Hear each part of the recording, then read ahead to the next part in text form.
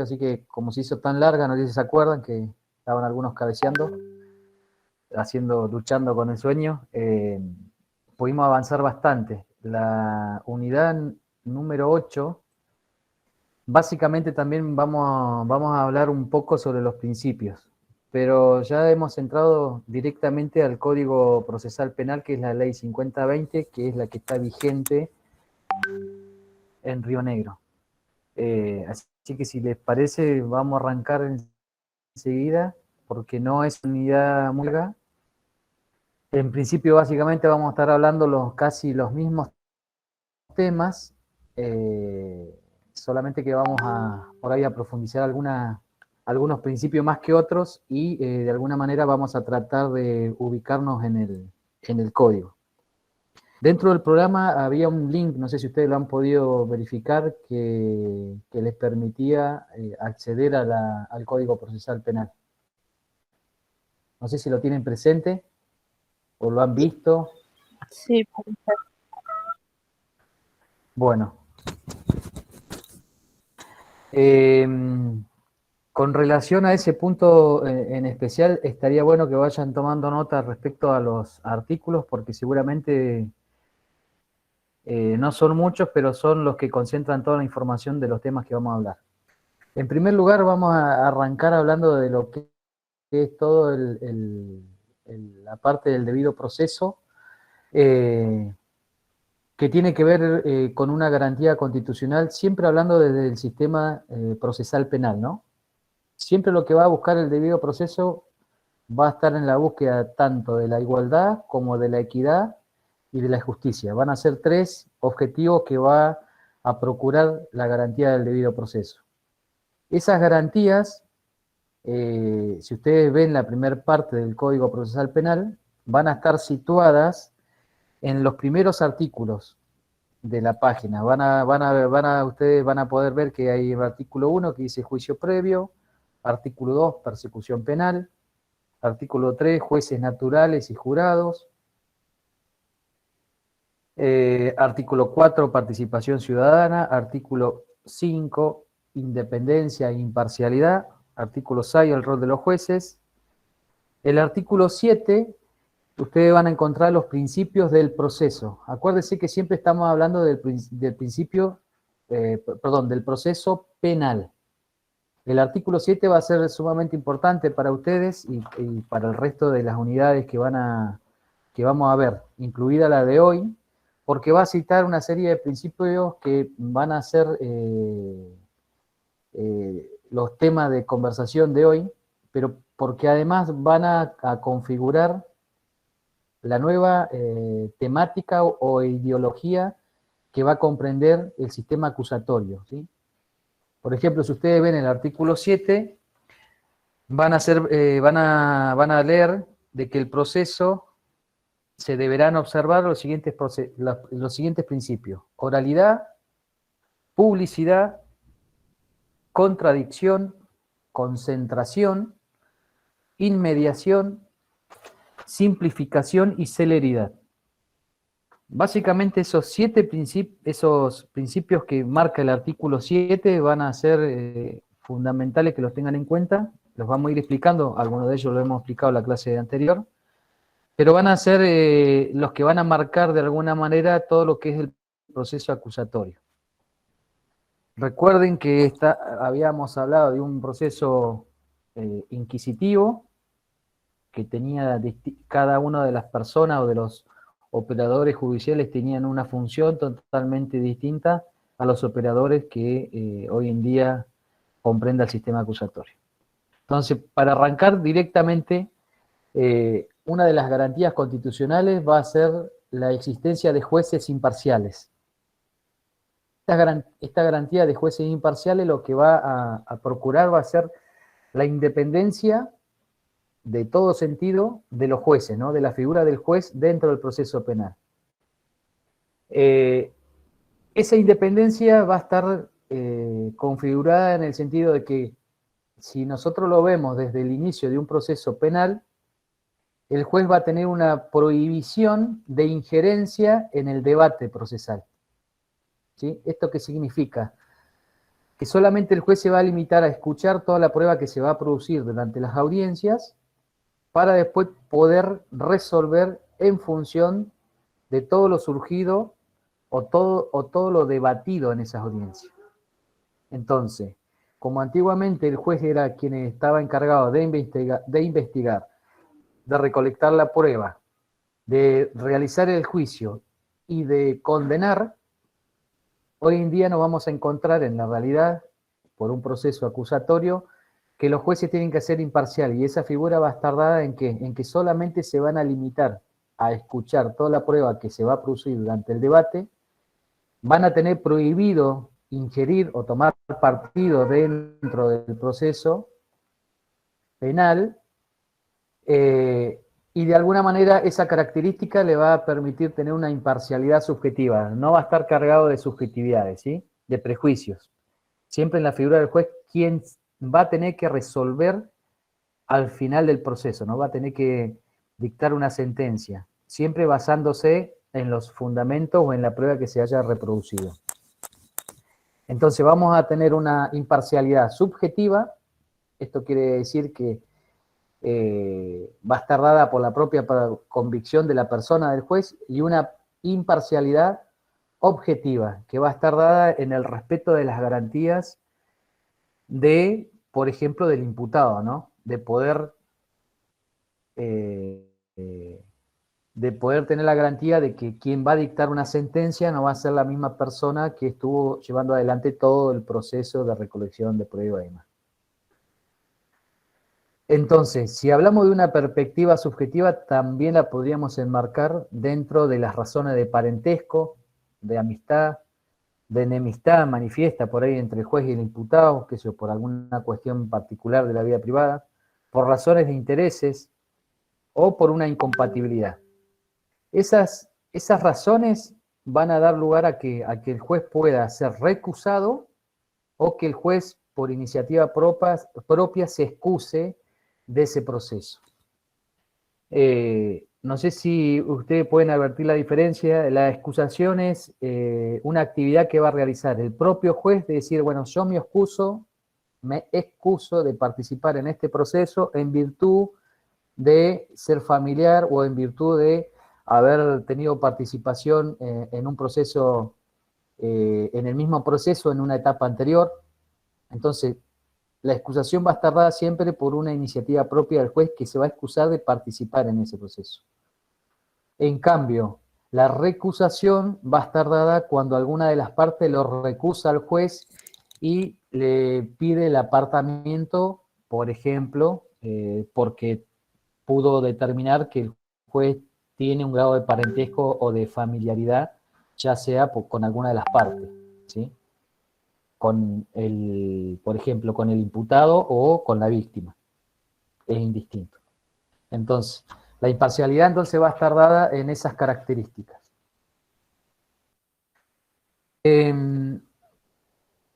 Si pasamos al resto de las garantías, lo que podemos también advertir es que dentro del proceso acusatorio, nosotros lo que se va a permitir o se va a tratar de lograr es el derecho a poder utilizar todos los medios de prueba que tenga a su alcance, ¿no es cierto?, cada una de las partes.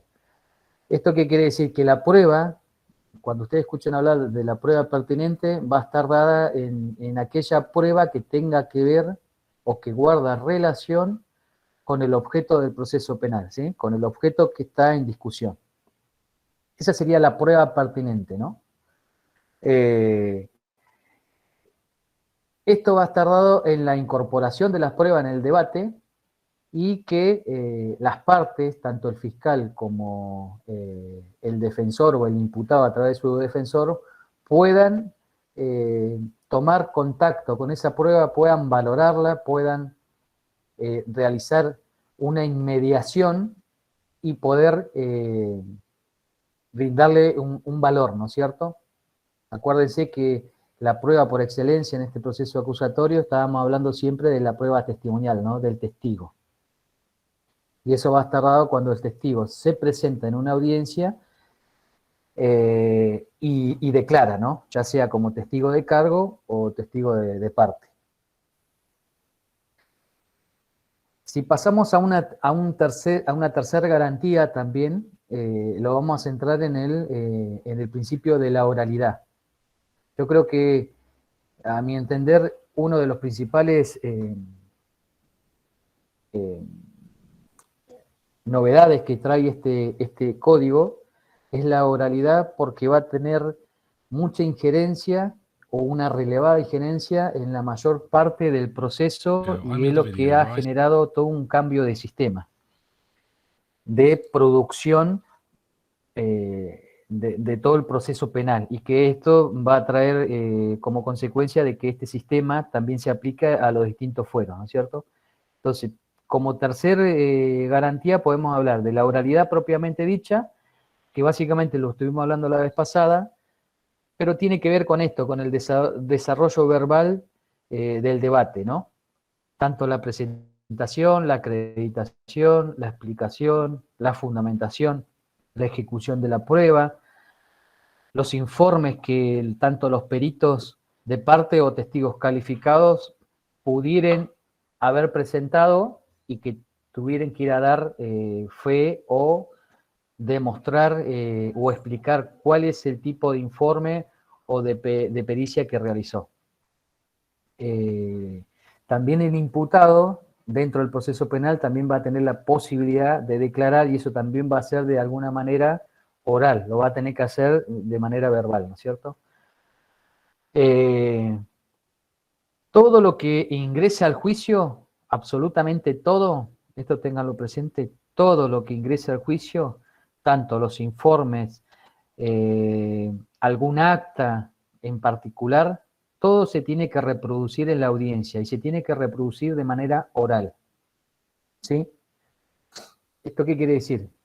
Supongamos que en una audiencia de debate va un perito criminalístico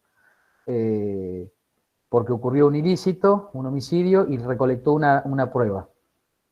Su experticia está dada en la profesión que tiene de perito recolector de rastros humanos. Logra levantar una huella, y esa huella da compatibilidad con una persona, y a través de ese trabajo científico se logra la identificación del autor. ¿Qué va a ocurrir? Que cuando se produzca el debate, el fiscal, como testigo de parte, lo va a citar a ese perito, a esa persona que realizó esa pericia, y va a tener que dar explicación de cada uno de los pasos, cómo hizo la recolección, cómo hizo la verificación y cómo hizo la comparación, para que pueda determinar y confirmar de que se trata de determinada persona. ¿Se le cortó el internet?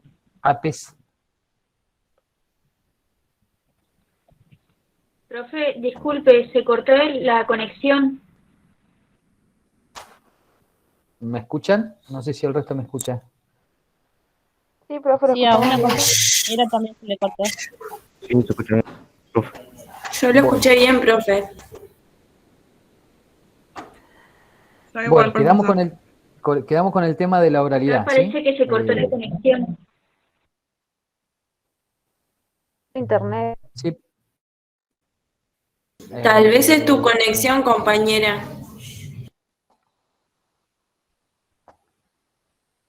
Yo estoy casi al lado del módem, así que por ahora veo que tengo conexión. No sé si están todos conectados. ¿Seguimos? Sí, profe, yo lo escucho bien, pero tal vez a la compañera se le cortó a ella. Capaz que le funciona mal Rodríguez internet. eras, ¿no? ¿Me escuchás ahora? Joana Rodríguez, Sí, ¿puede ser? aspirante Joana Rodríguez. Sí, ahora sí, profe. Bien. Habíamos quedado con el tema de la oralidad. No sé si todo el mundo más o menos alcanzó a entender cuál es la implicancia y la importancia que representa la oralidad en el proceso. Bien. Respecto de la oralidad, tengan en cuenta que es uno de los principios que va a estar mencionado en el artículo 7. ¿Sí? A pesar de que estamos haciendo una introducción genérica, acuérdense el artículo 7 del Código Procesal Penal. Y también el artículo 65. ¿sí? Artículo 7 y 65 van a ser los dos artículos que vamos a hablar ahora en la clase, pero que guardan especial importancia dentro de lo que comprende la oralidad. El otro principio, el cuarto, va a estar dado por el principio de contradicción. Este principio de contradicción también va a estar dado por el tema de que va a permitir una legítima defensa, ¿sí? Tanto del imputado a la posibilidad de poder obtener una imputación detallada. ¿Se acuerda que en la clase pasada hablamos de un pacto internacional que establecía de que todo imputado tiene derecho a conocer de manera detallada y precisa cuál es el hecho que se le imputa? Modo, tiempo y lugar, ¿se acuerdan?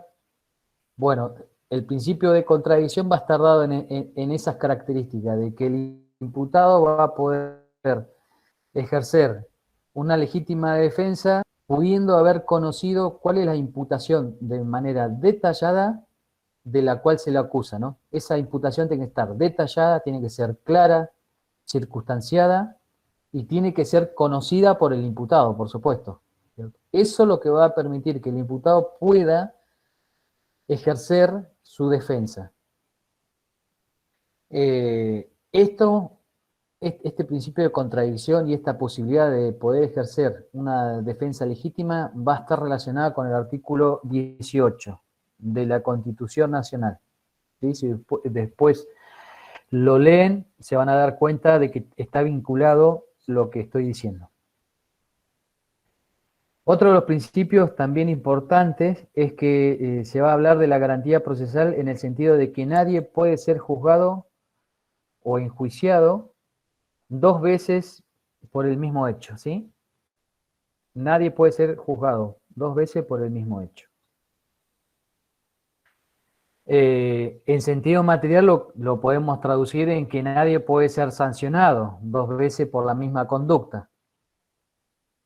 ¿Sí? Eso es importantísimo porque no solamente está previsto como una garantía constitucional, sino que también va a estar citado en el artículo 14 del inciso 7 del Pacto Internacional de los Derechos Civiles y Políticos.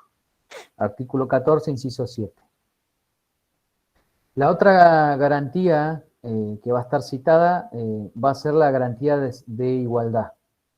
Esta garantía de la igualdad va a estar dada tanto para la acusación y defensa en cuanto a la igualdad de condiciones que van a tener ambas partes en el proceso, ¿sí? Esta posibilidad o esta herramienta que van a tener tanto el imputado o el defensor como el fiscal de poder preguntar, de poder interrogar. Todas estas herramientas que van a tener durante el proceso las van a poder ejecutar desde ambas partes, ¿no? Hay una garantía también que es la garantía de la publicidad. Esta garantía de la publicidad también va a estar citada en el artículo 7 del Código Procesal Penal y básicamente va a estar dada por la oportunidad que va a tener toda la ciudadanía, además del imputado, de poder conocer el procedimiento que se lleva a cabo, ¿no es cierto? De poder conocer el juicio oral y público. Esto también va a estar citado en el artículo 14, inciso 1 del Pacto de los Derechos Civiles y Políticos. Esto tengan en cuenta que si lo trasladamos al Código Procesal Penal, es uno de los principios que va a fijar el artículo 7. Al igual que el principio de inmediación. ¿Esto qué significa el principio de inmediación? Básicamente es que durante el debate, mediante la producción de que se va llevando adelante las audiencias, el juez va a tener la posibilidad de tomar contacto con el objeto procesal, ¿sí? Que va a ser de alguna manera la actividad probatoria. La presencia física del juez en todas las audiencias le va a permitir tomar contacto con el imputado, con todos los testigos que fueran a declarar, con los peritos, y con el querellante en todo caso si también hubiera, y con el fiscal. Eso sería el principio de mediación, como lo podríamos definir como una cuestión de cercanía, ¿no? De contacto que va a tener la posibilidad de tener el juez durante todas las audiencias. Esto va a estar dado por la obligación de tener que estar presente, ¿no es cierto? Y el principio de concentración va a estar vinculado al principio de inmediación y de oralidad.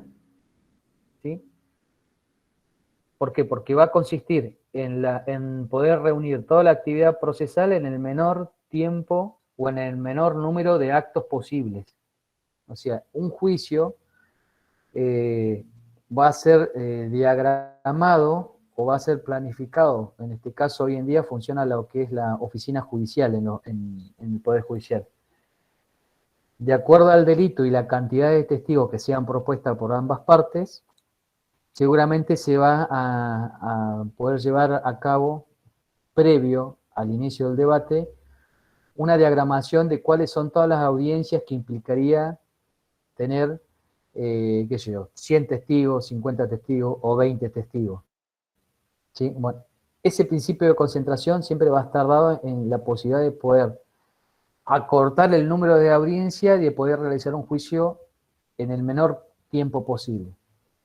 Esto tiene una lógica, porque si ustedes piensan de que antiguamente con el sistema anterior había un juez que el día lunes estaba en la audiencia por un robo, el día martes estaba en audiencia por un delito que se está investigando por violación, el día miércoles estaba en una audiencia por un hurto, y así sucesivamente, y las audiencias se hacían con un lapso de 15, 20 días, las audiencias de un mismo juicio, lo que se producía era que el juez pierde la concentración y llega un momento en que no va a saber qué es lo que se está discutiendo o cuál es el tema fundamental de la audiencia en la cual está participando. Entonces lo que se pretende es, con el principio de concentración, es que cuando se inicia una audiencia de debate sobre un determinado hecho puntual, las audiencias se agoten en el menor tiempo posible. ¿Me siguen hasta ahí, más o menos? Sí, profe. Bueno.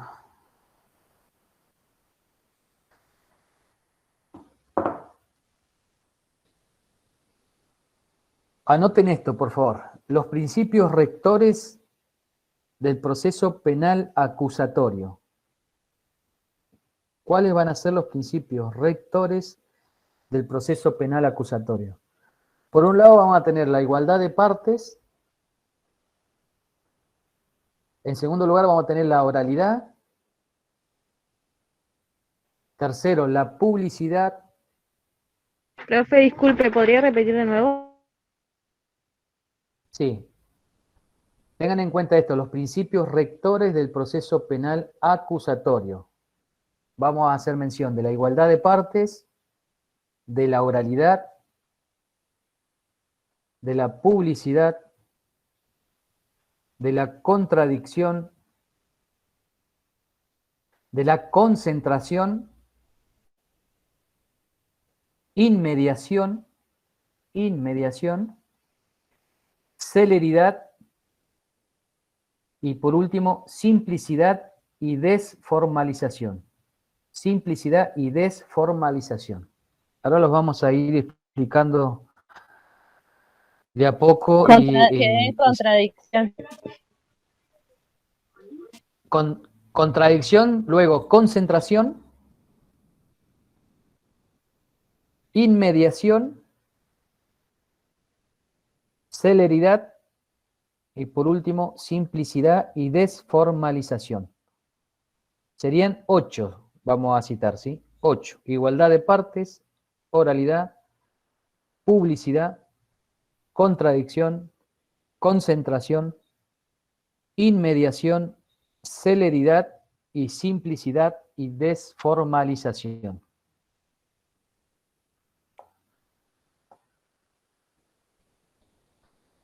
Ustedes tengan en cuenta que todos estos principios que van a estar presentes durante todo el proceso penal desde que se toma conocimiento de un ilícito y toma partido el fiscal y comienza la etapa de investigación, la preparatoria y la etapa del juicio, que ya la hemos visto, estos principios van a estar presentes durante todo el proceso. El último que me está preguntando es el principio de simplificación y desformalización. Para el alumno que me está preguntando por mensaje, sería el principio de simplicidad o desformalización. Las características del principio de la igualdad entre las partes va a estar dada, por un lado, la imparcialidad, la igualdad de armas, el igual acceso al juez y la formulación de peticiones. ¿Qué quiere decir esto? Que tanto el imputado como el fiscal van a tener la posibilidad de contar con las mismas herramientas durante una audiencia de debate. ¿De qué? De poder interrogar, de poder preguntar, de poder formular peticiones delante del juez, de poder tener un grado de imparcialidad frente a cada una de las actividades conforme los roles, ¿no es cierto? Eso va a estar dado por una igualdad de armas o igualdad de partes. El principio de oralidad, de alguna manera, le va a dar transparencia, por otro lado le va a dar lógica al juicio, porque cuando se comience a desarrollar el proceso, va a estar dado por la oralidad que le va a permitir poder conocer de boca del testigo cómo ocurrieron los hechos y poder establecer si es un testigo de oída o un testigo presencial. Eso también le va a permitir poder desarrollar una técnica de litigación oral, que esto va a estar dado por la manera de preguntar o de contrainterrogar. Acuérdense que los testigos pueden declarar y también la otra parte realiza el contraexamen, ¿sí? Y esta oralidad también le va a permitir a ambas partes poder llevar adelante una estrategia respecto a la preparación del caso. Si estamos hablando de un proceso penal, el fiscal, al haber recolectado toda la prueba, va a elaborar una teoría del caso. ¿Cuál va a ser esa teoría del caso? Que de acuerdo a la recolección de toda la prueba que ha reunido, él va a pretender llevar adelante una acusación y poder demostrar ese hecho frente al imputado que tiene al frente, ¿no es cierto? Ahora, la teoría de la defensa o del imputado a través de su abogado va a estar dada, va a ser contrapuesta, podríamos llegar a decir, a la del fiscal. Va a tratar de demostrar su inocencia a través también del aporte de pruebas que pudo haber precisado con anterioridad y que pudo haber incorporado a la audiencia de debate. Si hablamos de la publicidad, acuérdense siempre que todos los actos de gobiernos son públicos, ¿sí? Las decisiones judiciales se encuentran dentro de lo que es un acto de gobierno, entonces es público. Esta publicidad también de que todas las personas o la comunidad en general pueda participar de las audiencias, lo que va a permitir es que aquel que concurra, el imputado o el querellante en representación de la víctima, o la víctima propiamente dicha, va a poder conocer, por ejemplo, al juez, a los fiscales y a los defensores, lo va a poder conocer en persona, lo va a poder ver físicamente. Esto, por ejemplo, en el otro sistema no ocurría. A la víctima no se la tenía en cuenta, no participaba del proceso y generalmente todo el desarrollo era a través de actas. Entonces llegaba un punto que no se conocía la cara del juez.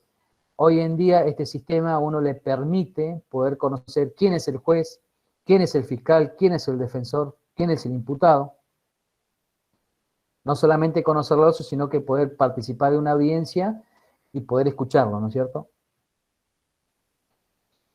Si hablamos de la contradicción, lo que va a poder, lo que se va a lograr va a ser una división de funciones. ¿Por qué? Por un lado, el fiscal, a través de su función como rol de acusador, va a poder ejercer su función de poder preguntar, interrogar, pero siempre desde el lado del rol de acusador. Ahora, si lo ponemos desde la otra parte, el defensor también va a poder cumplir su función en cuanto a poder defender bien al imputado.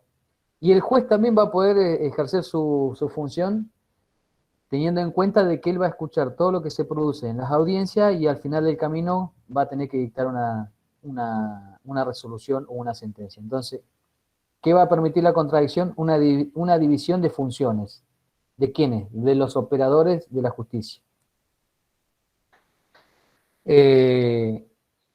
Esto también lo que va a permitir es poder controlar las pruebas y los argumentos, ¿sí? La contradicción le va a poder permitir también tanto al fiscal como al imputado o al defensor poder controlar la prueba que se incorpore dentro del proceso penal. La concentración que estábamos hablando de que estaba dada por poder desarrollar una audiencia, un juicio en el menor tiempo posible, lo que va a permitir básicamente es darle rapidez, eficacia, credibilidad a los actos que se van a estar concentrados y le va a poder dar dinámica a todo esto, ¿no es cierto? Para no estar con un proceso largo y tedioso. En cuanto a la inmediación, lo que vamos a lograr va a ser, por ejemplo, que el juez técnico, a través de su profesión, a través de su experticia, pueda, de alguna manera, no solamente tomar contacto, sino advertir un montón de cosas, ¿no? La forma en que se declara, qué es lo que dice, si hay confusión o no hay confusión. Circunstancias que seguramente va a poder atender pudiendo ver al testigo. Si lo trasladamos a un acta, sería muy difícil poder advertir todas estas circunstancias, ¿no es cierto? También le va a dar esto de que se llama de la transparencia y de alguna manera la publicidad, ¿no es cierto? Y poder de alguna manera también ponerle el nombre a las personas, ¿no? De decir, bueno, hay un imputado, bueno, conocerlo físicamente, de que también se trata de una persona, ¿no es cierto?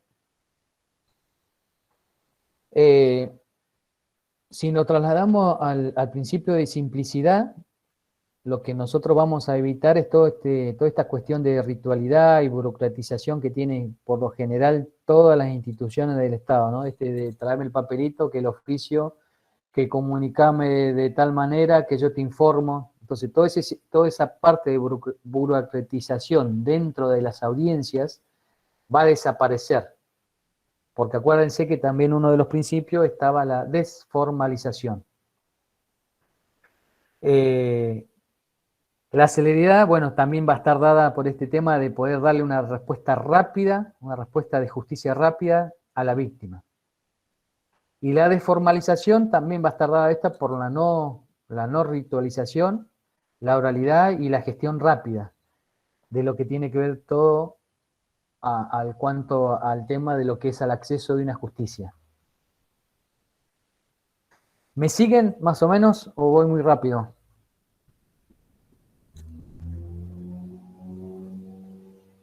Sí, profe. Profe, ¿puede explicar lo de la desformalización, por favor? La desformalización va a estar dada por una característica que tiene el principio acusatorio en cuanto a que no van a haber más formalismo. El ejemplo más claro que le puedo dar es que antiguamente, por ejemplo,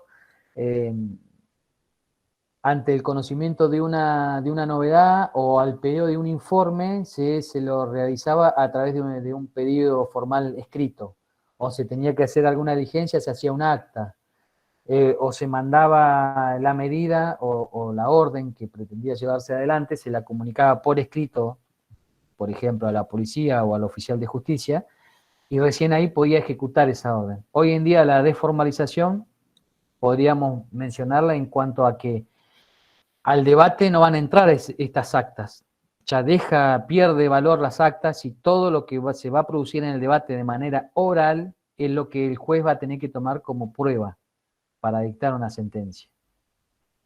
También podríamos llegar a decir, si antes el juez te mandaba un oficio para decir, vaya y allane tal domicilio, vaya o detenga a tal persona, o vaya y proceda al secuestro de, hoy en día eso, la desformalización también entraría que, por ejemplo, el juez o el fiscal, en este caso el fiscal, porque estamos hablando de un sistema acusatorio, solamente con una comunicación telefónica le otorgue al auxiliar de justicia, en este caso a la policía o al servicio penitenciario, que diga, tráigame a este detenido, o dele la libertad, o proceda a tal medida. A la justicia le va a alcanzar solamente con certificar la comunicación telefónica, ¿sí? Antiguamente, ¿cuál era el paso? Que toda esa comunicación se tenía que hacer por escrito. Entonces, si lo traducimos en la desformalización, va a estar dada en esto de que no va a haber formalización, no va a haber ritualismo en cuanto a las actas que se tenían que agregar antes, que todas esas actas hayan sido previamente informadas con una cierta carga de formalidad, ¿no es cierto? Hoy en día con el código acusatorio eso desapareció. No sé si fui un poco claro. Sí, profe, muchas gracias. Bueno. Entonces, para aquellos que encontraron el artículo 7 del Código Procesal Penal, tengan en cuenta que el primer principio del proceso que menciona la Ley 5020 va a ser la oralidad. ¿Sí? Esto que yo le decía a ustedes que la oralidad es, a mi entender, a mi criterio, por supuesto, es uno de los principales principios que mayor impacto ha tenido en este nuevo sistema. Lo vamos a ir hablando para que ustedes por ahí también puedan de alguna manera coincidir o no, pero yo creo que es uno de los principios que mayor impacto ha tenido.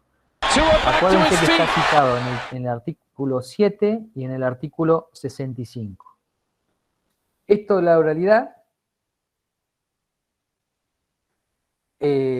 acuérdense que siempre va a estar vinculado con el tema de la comunicación o el desarrollo verbal, ¿no es cierto? Siempre estamos hablando de una audiencia de debate, del proceso penal. No sé si alguno de ustedes estuvo en alguna audiencia o algo por el estilo, a modo de experiencia.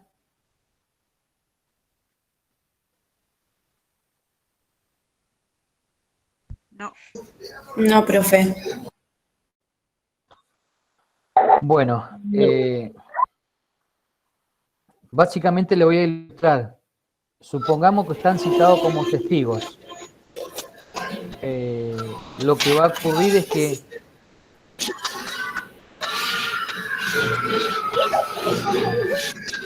Mariana Fernanda, si podés apagar el micrófono. Ahí está.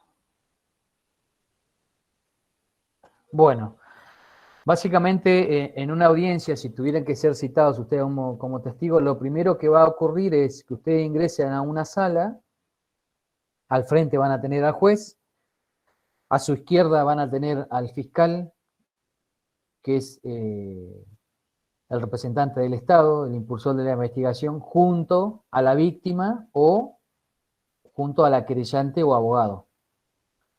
Y a su derecha van a tener al imputado y a su abogado defensor, ¿sí? Ustedes cuando ingresen a una audiencia, lo primero que va a ocurrir es que el juez le va a preguntar que se presente por sus datos. Entonces, ya desde el inicio, ustedes van a tener en cuenta que va a haber una presentación del testigo, ya sea un testigo civil o un testigo calificado que podrían llegar a ser ustedes en caso de que representaran, qué sé yo, a una autoridad pública o sean una autoridad de servicio penitenciario provincial. Luego va a haber una acreditación. Esa acreditación también va a ser oral, en el sentido de que si, bueno, yo soy fulano de tal, todos sus datos personales, y su acreditación, por ejemplo, soy funcionario, pertenezco al servicio penitenciario desde tal fecha, he obtenido el título de tanto, mi especialidad es tal cosa, Bueno, todo eso tiene que ver con la acreditación. Después va a haber una explicación del motivo por el cual ustedes están en la audiencia de debate. ¿Esto qué quiere decir? Que si ustedes fueron citados por el fiscal como testigo de cargo, van a tener que explicar cuál fue su actividad durante esa diligencia. No van a poder ir con un acta, con un borrador, y decir, bueno, yo hice esto y comenzar a leer. Eso no está permitido, lo tienen que ir a explicar verbalmente. No solamente tener que explicarlo, sino que van a tener que fundamentarlo por qué lo hicieron de esa manera. ¿Sí? Esto también va a ocurrir para aquellos testigos calificados, que es lo que hablábamos minutos antes. Por ejemplo, frente a un perito dedicado a la recolección de rastro humano, de huellas, o frente a un perito que es fotógrafo, o frente a un perito balístico, accidentólogo, al que ustedes se le ocurra. Van a tener que ir a explicar cuál fue la metodología de trabajo y por qué realizaron determinada actividad de tal manera, ¿no es cierto? Todo eso se va a hacer de manera verbal.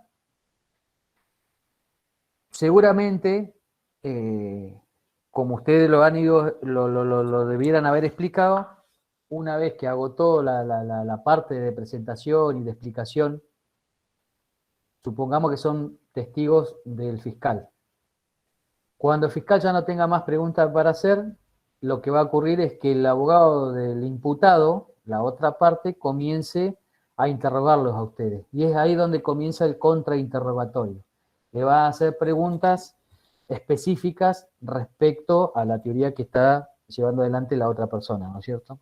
Básicamente va a ser eso. Si fueran como testigos del imputado, el primero que va a preguntar va a ser el abogado del imputado para que después el fiscal haga el contrainterrogatorio y pregunte respecto de lo que se habló, ¿no es cierto? Básicamente ocurre eso. Lo mismo ocurrirá con todos los testigos. Y el juez, en su momento, cuando tenga que dictar sentencia, o el fiscal, cuando tenga que alegar para pedir sentencia, no puede alegar cuestiones que no se hayan reproducido de manera verbal durante la audiencia. Esto ocurre lo mismo que si yo labré un acta siendo perito criminalístico y tengo citados los dos testigos, esa acta se va a tener que leer de alguna manera durante la audiencia o acordar previamente con la otra parte su incorporación.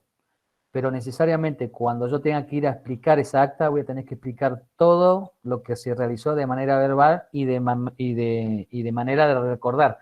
No voy a tener la posibilidad de estar leyendo el acta. Voy a tener que explicarlo con los detalles qué es lo que hice. El artículo 65, si ustedes buscan, después anótenlo, en la ley 5020, estoy buscando acá para recordar algo.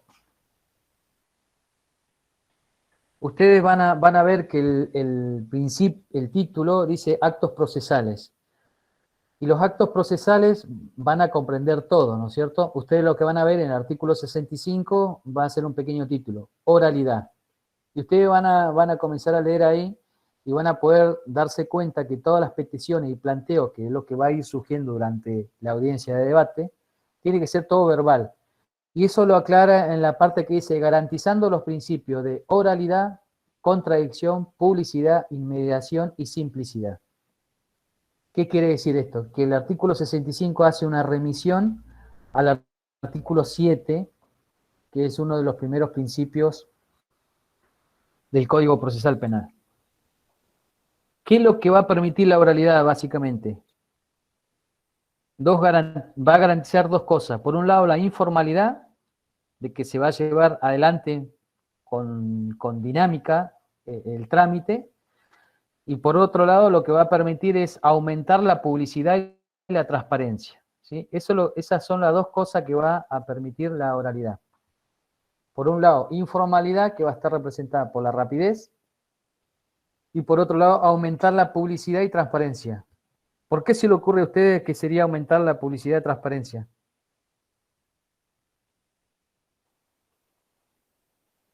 Piénsenlo. La oralidad, ¿por qué aumentaría la publicidad y la transparencia? Está contenido también en el artículo 7.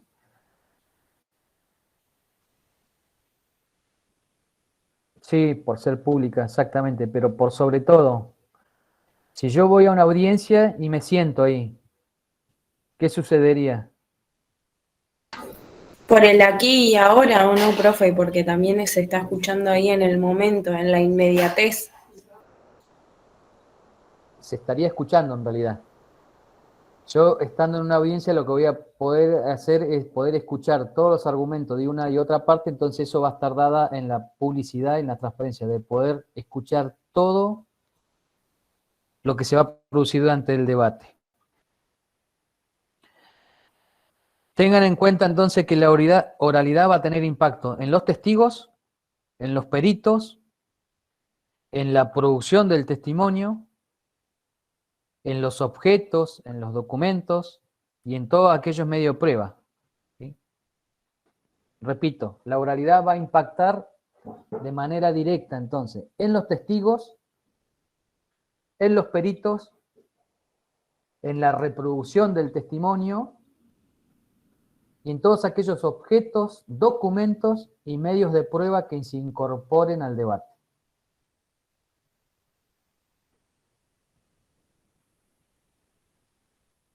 Esa oralidad, presten atención,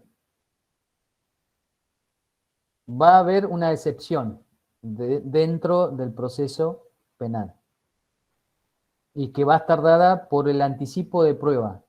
¿Sí? Busquen el artículo 120.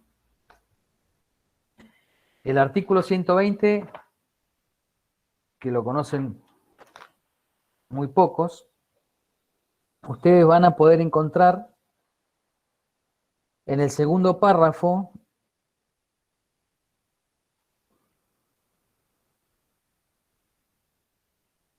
una mención sobre aquellas excepciones que no van a comprender la oralidad.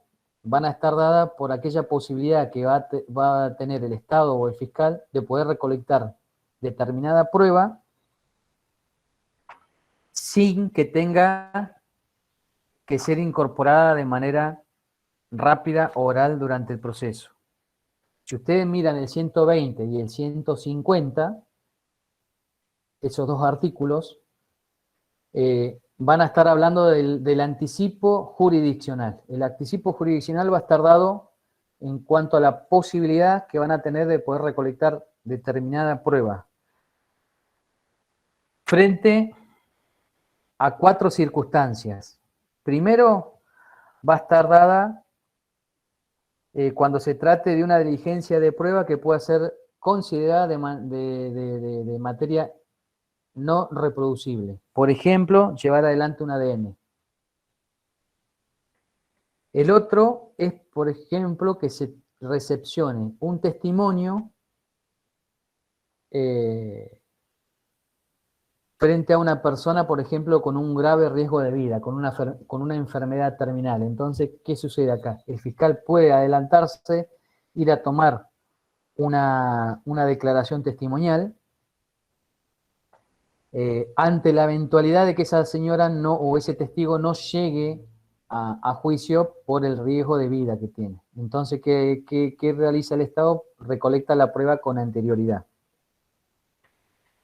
El inciso 3 también habla de pruebas irreproducibles, por ejemplo, que se recolectaron muestras de ADN en un hecho puntual, y esas muestras de ADN se las manden a un laboratorio para determinar un perfil genético. Caso contrario, si perdurara en el tiempo sin tener que realizar esa pericia, que sería única y irreproducible, se correría el riesgo de que se perdiera esa muestra de ADN, ¿sí? Se degradara. Y tercero también va a estar cuarto, perdón, va a estar dado en la posibilidad de recibir un testimonio a aquellas víctimas de delitos de integridad sexual a través de la cámara Gesell, ¿no? Cuando fueren víctimas menores. Serían las 4 excepciones que el código habilitaría poder anticiparse a recolectar la prueba.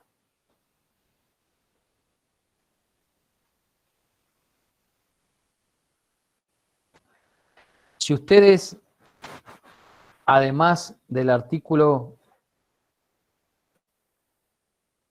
que estuvimos hablando, del artículo 65, ustedes van al artículo 73,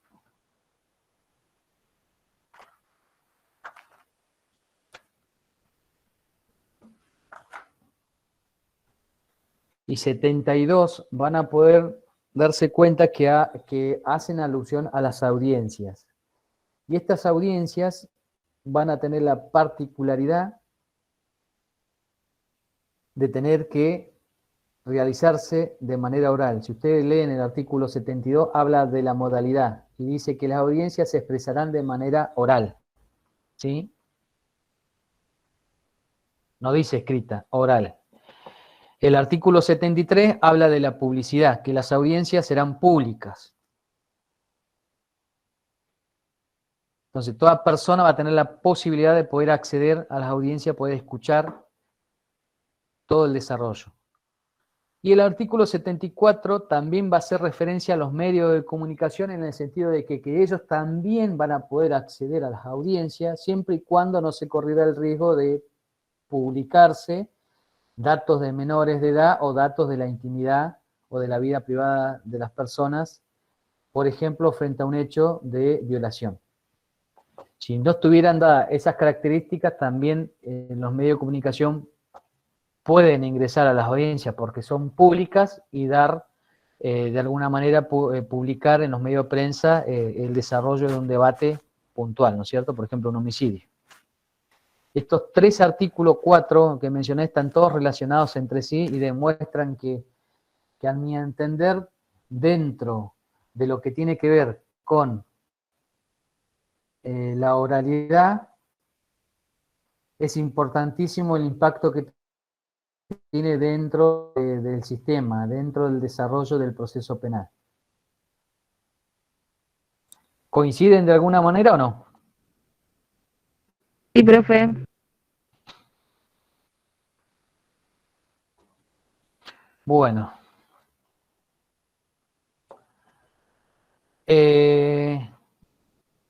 Por ahí, para no ser tan reiterativo, tengan en cuenta esto, entonces, que, por ejemplo, cuando hablamos de oralidad van a tener que tener presente todas estas circunstancias en cuanto al desarrollo del debate, pero siempre teniendo en cuenta desde, no solamente que tienen tanto el fiscal o los actores procesales,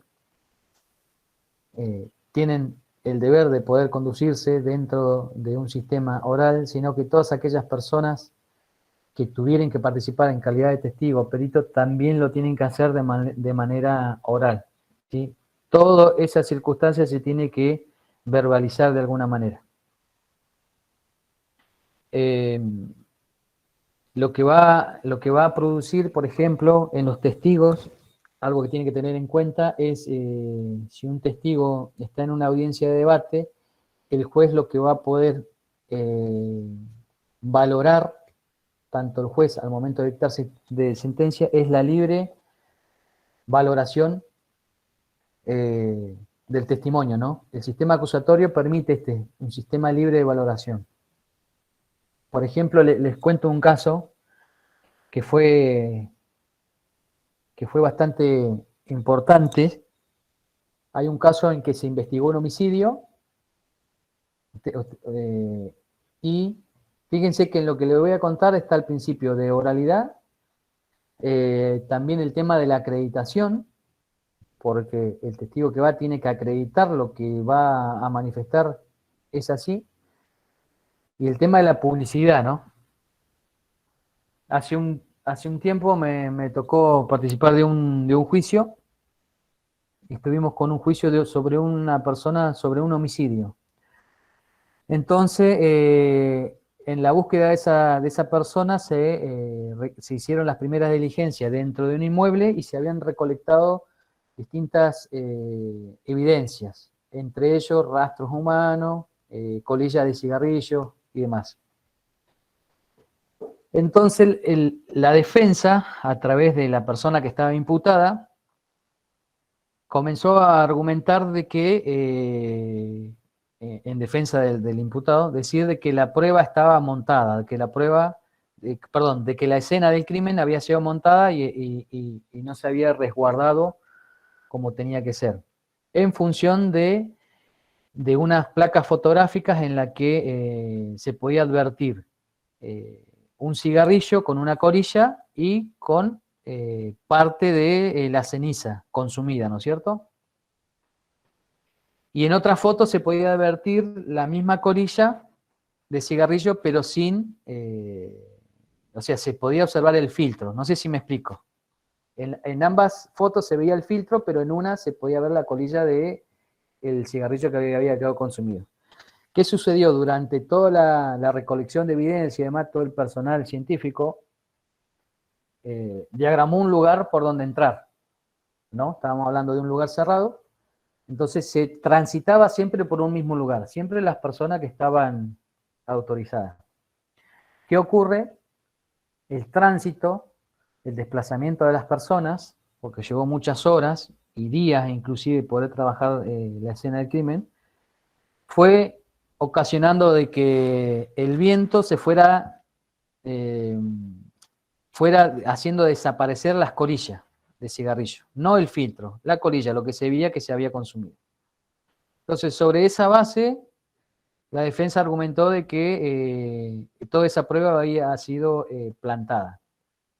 Tal es así que se buscó a un perito y hizo toda una teoría de un caso respecto a la utilización de esas fotos, ¿no? Por un lado decía, esta foto está bien, por este lado esta foto está mal, entonces la diferencia entre ambas fotos a mí me da la pauta de que la escena del crimen no fue resguardada, entonces la prueba fue plantada, bla, bla, bla, bla, bla.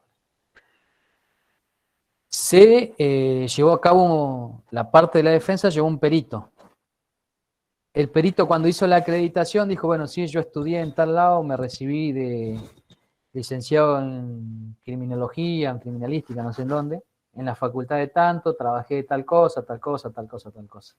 Entonces en la acreditación, todo eso lo tuvo que verbalizar y tuvo que manifestar cuáles eran las materias que había estudiado y demás. Entonces, como estrategia del fiscal, le preguntó si básicamente en ese estudio de licenciatura, él había estudiado fotografía, porque la base de toda la teoría estaba dada en la representación de dos fotos. Entonces el perito dijo, sí, estudié fotografía. Una de las tantas materias que yo tenía era fotografía. Ah, perfecto. ¿Y cuántos años estudió fotografía? No, fue un cuatrimestre. Bien, ¿y se acuerda qué nota sacó se sacó en esa materia? No, dice, pero bueno, yo aprobé el título y el título lo tengo. Entonces, se le exhibió el documento donde la materia de fotografía la había reprobado. O sea, se había sacado menos de 4. Todo este tema que yo le comento tiene que ver con este tema de la oralidad y de la acreditación del testigo, porque es muy importante cuando ustedes sean citados de poder hablar sobre algo que conozca, y no solamente que conozca, sino que lo puedan defender ya sea con estudio o capacitación, ¿no es cierto? Imagínense que un testigo que fue y se presentó y era un experto en teoría, quedó delante de una audiencia, se le exhibió el certificado analítico y tenía reprobada esa materia.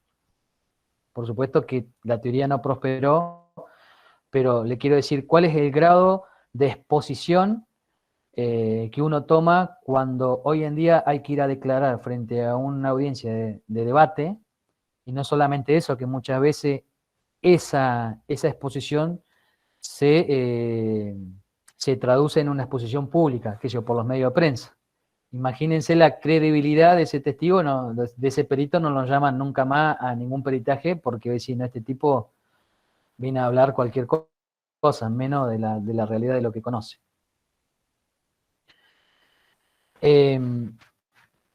Esto tiene que ver con este tema de que esto, al producirse de manera oral en las audiencias de debate, el juez, quien va a tener que resolver sobre ese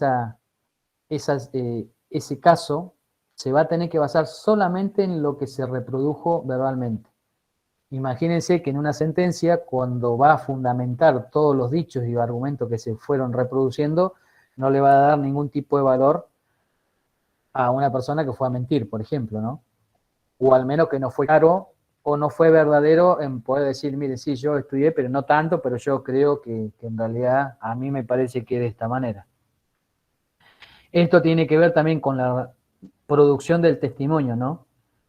Esto que ustedes por ahí han escuchado hablar de que muchas veces el cuerpo también habla de la manera o la postura en la que se encuentra y uno va verbalizando lo que tiene que contar.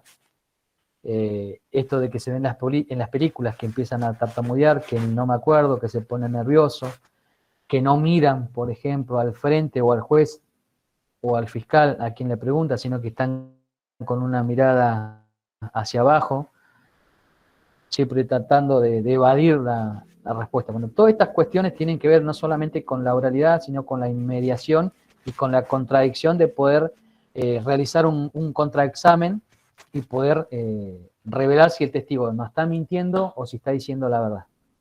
Por eso yo creo que es importantísimo el tema de la oralidad frente a este sistema acusatorio hoy en día, porque no solamente al juez le permite poder advertir un montón de cosas, que solamente uno lo logra viendo a la otra persona en persona, ¿no es cierto?, verlo físicamente, sino que también las partes, los profesionales, los abogados como el fiscal, cada planteamiento que hagan, cada manifestación lo tienen que verbalizar de manera inmediata durante la audiencia, ¿sí?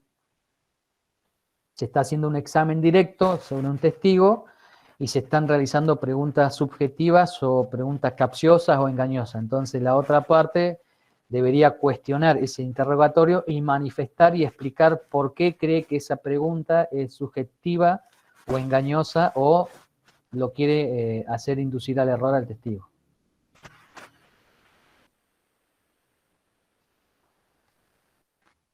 El tema del principio de la pertinencia, ¿lo tienen claro, no es cierto?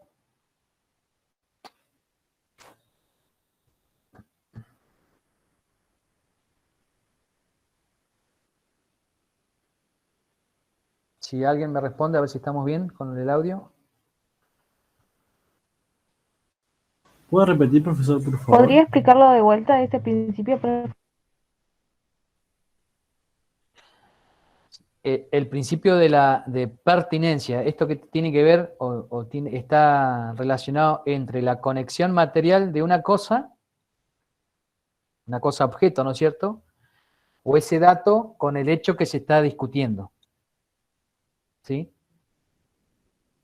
O sea, si yo estoy llevando adelante una audiencia de debate y en realidad lo que estoy tratando de establecer es cuántas personas participaron de la agresión a un individuo que lo mataron y quiero determinar cuál es el grado de participación de cada uno de ese grupo que lo conformaba, el testigo, en teoría que yo llevo, debería poder declarar en función del hecho que yo estoy investigando. No puedo llamar a un testigo y que se ponga a declarar si yo me encontraba a 200 metros, pero a 200 metros yo vi pasar un auto, había un semáforo. No, tiene que haber una pertenencia entre lo que va a declarar y lo que yo estoy tratando de dilucidar en ese hecho, ¿no?, en esa audiencia, ¿sí? Esa es la conexión que tiene que haber. No me puede venir a contar que el día había sol, que estaba soleado y que se cruzó con la tía, con un amigo. O sea, me tiene que venir a hablar respecto al hecho puntual que se está debatiendo en esa audiencia. De alguna manera el principio de pertenencia tiene que ver con eso, con la conexión material entre la cosa objeto y el hecho que se está discutiendo, ¿sí? Lo mismo tiene que ver, por ejemplo, si estoy investigando un hecho y en realidad sobre ese hecho existen 50 testigos que me van a declarar absolutamente lo mismo, porque estaban en el mismo lugar, en la misma posición de visión, es muy probable que entre los 50 testigos solamente lleve a uno, ¿sí? ¿Por qué? Porque ese uno me va a decir lo mismo que me van a decir los 50. ¿Me entienden? Ahí también entraría lo que es el principio de concentración, de poder achicar todo en función a poder llegar al fin del proceso lo antes posible y no tener que estar escuchando 50 personas que me vengan a decir lo mismo, en teoría, ¿no? Esto también ocurre, llegado al caso de que estos acuerdos suelen ocurrir también, por ejemplo, se está investigando un homicidio y viene el perito y saca 50 fotos o 200 fotos de la escena del hecho del cuerpo.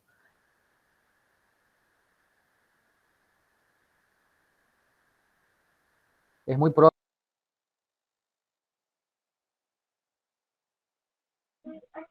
que Se le 200 trabó, fotos de profe. cada uno, ¿cuáles son? Se cortó, profe. Se trabó, profesor.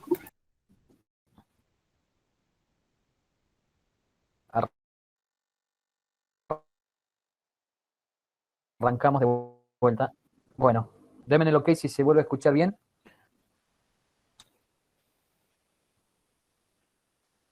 ¿Me escuchan? Se le corta un poco, profesor. Sí, se corta un poco.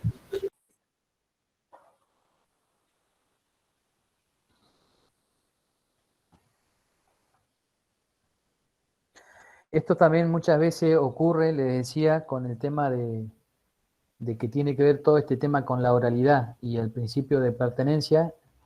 Muchas veces también se da en las audiencias frente a un caso complejo, si hay mucha prueba, concretamente, se sacaron 200 fotos sobre un lugar determinado, es muy probable que el fiscal y la parte defensora se pongan de acuerdo cuáles van a ser, dentro de las 200 fotos, cuáles van a ser las que se van a incorporar directamente al debate. Lo mismo ocurriría, por ejemplo, frente a una investigación compleja, que si se realizó una intervención telefónica durante 20 días, es muy probable que durante los 20 días no se estén escuchando los teléfonos, sino que solamente se haga un análisis de todo ese material que solamente guarda pertenencia al hecho que se está investigando. Y se escuchen solamente esas comunicaciones que tengan que ver con el objeto en discusión. Bueno. Básicamente serían los principios que teníamos que ver hoy en la clase. Ya los he explicado todo. Si ustedes buscan en la plataforma seguramente van a encontrar de la clase pasada, no sé si la vieron, está un PowerPoint que subí respecto a los principios. Y hoy básicamente eran principios que están vinculados a la ley 5020. Así que si tienen alguna duda, me lo transmiten, pero sería lo que ha comprendido la unidad número 8, para no seguir introduciendo más material y volverlos locos, porque básicamente las definiciones de cada principio ya la hemos hablado. No sé si están de acuerdo, ¿quiere que repasemos algún principio en particular? Seguramente después de clase le voy a subir un pequeño power también de lo que hemos hablado ahora, básicamente conteniendo los principios y los artículos que tiene que tener presente respecto a la ley 5020.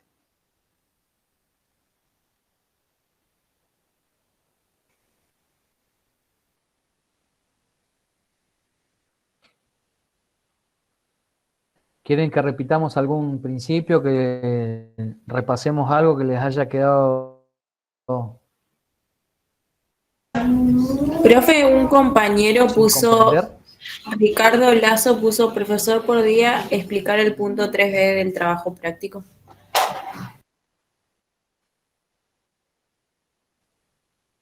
Punto 3. Bueno, hagamos una cosa. Nos tomamos 5 o 10 minutitos.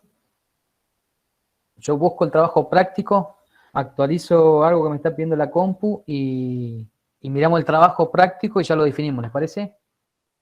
Dale, profe. ¿Y media les parece que retomemos la clase? Sí, profe. Sí, profe. Sí, profe. Buenísimo, Bueno, profe. y media retomamos. Vamos. Buenas, ¿estamos presentes? Sí, profe. Sí, profe. Bueno, hacemos un repaso de las preguntas del trabajo práctico 2. Así ya lo hablamos todo y no volvemos para atrás. La pregunta 1 creo que había quedado conforme, aclarada la vez pasada. Había que leer las 2 leyes que están citadas. Dentro de las leyes hay una serie de diferenciación en cuanto a las distintas clases de violencia y había que elegir o identificar lo que entendía por violencia institucional. Luego habría que buscar su fundamento y aspecto y había que buscar unas notas periodísticas cuyo enlace ya estaban asignados en la consigna. Eso ya está claro. El ejemplo de la 2, profe.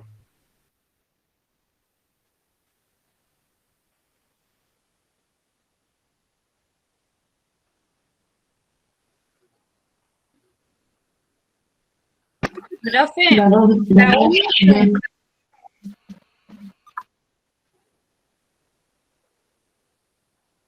Sí, a ver si me repiten de a uno, no escuché.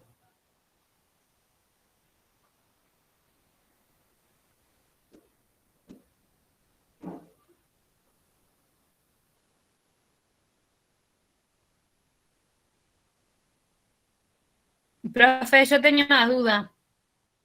En el punto 1C, Sí, a ver. que dice el origen. Analice cuál es el origen, sus fundamentos, aspectos y a quiénes involucraría.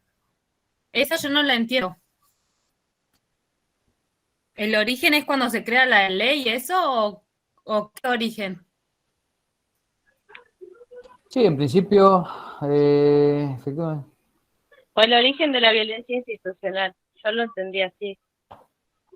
El origen de la violencia institucional, sí, exactamente. Ah, entonces voy bien. Bien, sí, es del origen institucional. Los aspectos y a quién involucraría, más que nada porque no todas las personas podían ejercer violencia institucional, tendrían que tener la calidad de funcionario público, eso está claro para todos, ¿no es cierto?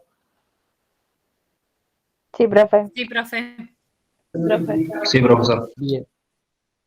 Bien, la consigna número 2, lo que tendrían que hacer ahí, en base a lo que leyeron como violencia institucional, si ustedes buscan en el Google o en Internet, van a poder darse cuenta rápidamente, elijan un caso elegido por ustedes de manera individual, ¿no?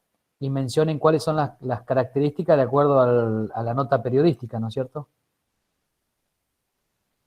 El punto 3 que había citado el alumno es básicamente lo que estuvimos hablando hoy en clase. Los principios del proceso se tienen que remitir al artículo 7 de la ley 5020 y es todo lo que estuvimos hablando hoy. Para no meterle más material y volverlo loco con lo mismo, yo creo que con lo que hablamos ya está claro. Tienen que remitirse al artículo 7, establecer cuáles son los principios, identifique cada uno de ellos y sus particularidades, lo hemos estado hablando, y cuáles son los principios que debería tener al momento de su desempeño como funcionario público. Esto ustedes tienen que hacer una traslación. Represéntense que terminaron la capacitación y ya están trabajando como funcionarios auxiliares de la justicia, desarrollando una tarea específica dentro de un servicio penitenciario. ¿cuál de todos estos principios o cuáles todos ellos tendría que tener presentes? Llegado el caso, por ejemplo, ocurre un homicidio dentro de una celda de la cual ustedes tenían la supervisión. ¿Sí? Teniendo en cuenta los principios que hemos estado hablando y en función de lo que le expliqué a grandes rasgos en qué consiste una audiencia de debate, qué es lo que deberían tener en cuenta ustedes si son citados como testigos. ¿Sí? Acuérdense que la oralidad a ustedes le van a tener que primero una presentación, segundo la acreditación, si actuaron de tal manera, qué hicieron, por qué lo hicieron de esa manera, y poder fundamentarlo, ¿no es cierto?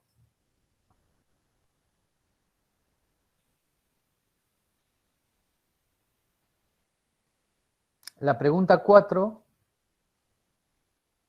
ustedes también tienen que trasladarse a la ley 5020 y van a ver una serie de artículos que comprenden del artículo 131 al 150, donde ustedes tienen que hacer una lectura completa de todos esos artículos y van a poder establecer cuáles son las distintas diligencias que se producen en una investigación sobre un hecho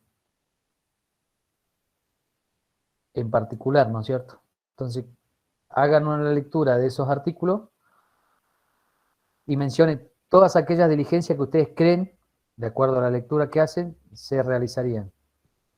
Por ejemplo, allanamiento, requisa, inspección, intervenciones telefónicas. Hay una serie de medidas que el fiscal dispone de acuerdo a estos artículos, del 131 al 150. No son muchos, son cortos y son claros. Solamente hace falta leerlos.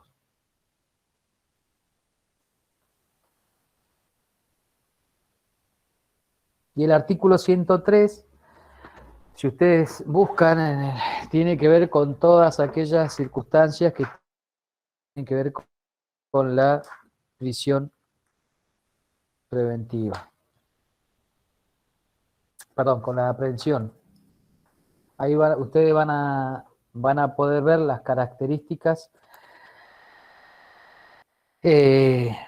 respecto de cuándo un funcionario puede realizar una aprehensión sin orden judicial. ¿Cuáles son las características que se tendrían que dar en el marco de una circunstancia concreta, ¿no? La diferencia entre la flagrancia, la demora, y el artículo 8 va a terminar en la detención de una persona concretamente. Acuérdense que como funcionarios públicos nosotros solamente podemos aprender. Lean bien el artículo, solamente aprender. Antiguamente se hablaba que la policía detenía, procedía a la detención. Hoy en día la policía o el auxiliar de justicia solamente aprende. El funcionario autorizado para convertir esa aprehensión en detención es el fiscal. Nosotros aprendemos a una persona en la comisión de un hecho delictivo e inmediatamente le tenemos que dar aviso a la autoridad pública. Esa autoridad pública va a ser el fiscal, que es el que va a llevar adelante la investigación y la recolección del hecho que nosotros vamos a comunicarle, y él es el que va a disponer si la persona queda detenida o se la notifica y recupera su libertad sujeto al proceso. Pero es el único funcionario que puede convertir esa aprehensión en detención. También está claro, si ustedes leen el 108, no es difícil su comprensión. Y la pregunta 6, lo que van a tener que hacer es esperar la clase que viene, que vamos a hablar de los derechos de la víctima.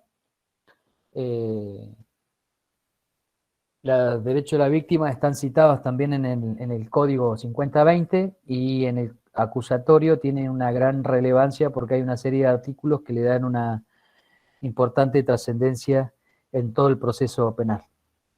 Pero si quieren pueden ir leyéndolo.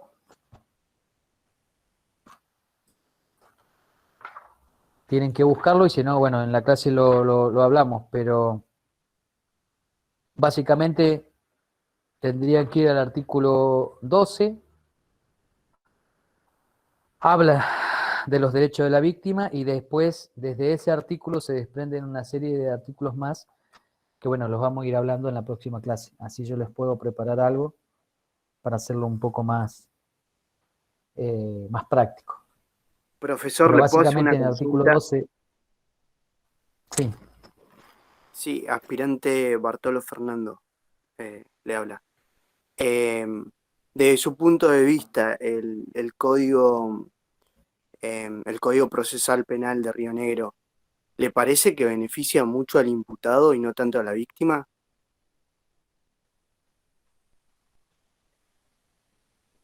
No, yo entiendo de que beneficia a la víctima. Bien, Lo que pasa que el código o el sistema acusatorio lo que genera en el resto de los actores que intervienen en el proceso, entre ellos se van a encontrar ustedes, circunscripto, la policía en general, el fiscal y los abogados, tiene una exigencia de tal manera que el que vaya a sentarse tiene que estar preparado. ¿Me entendés? Lo que representa el código básicamente es que este código le va a dar mucha rapidez y dinámica y va a ser práctico. Entonces la víctima va a obtener justicia en un plazo corto. No solamente eso, sino que la víctima con este nuevo código tiene la posibilidad de poder exigir distintas circunstancias al Estado.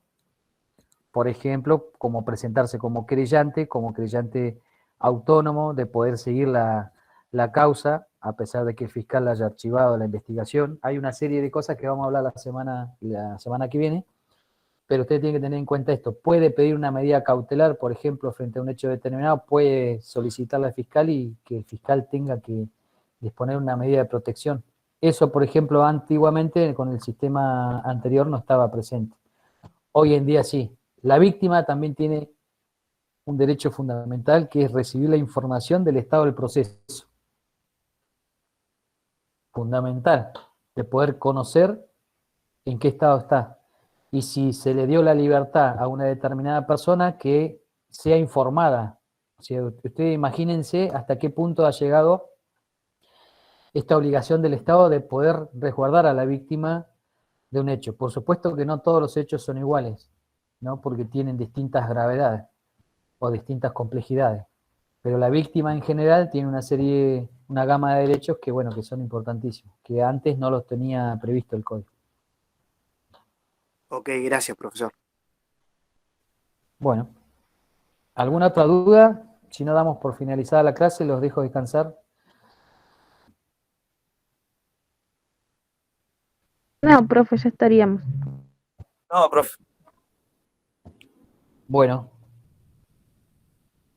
prepárense entonces para los que tengan que recuperar, aprovechen el tiempo para leer los temas y cualquier cosita en la próxima clase lo charlamos. Profe, Les mando ¿a un... usted dejaron darnos el recuperatorio? ¿Cómo? Si a usted no lo dejaron darnos el recuperatorio. No te alcanzo a entender la pregunta. Que si a usted no nos dejaron hacer el recuperatorio ahora, digo.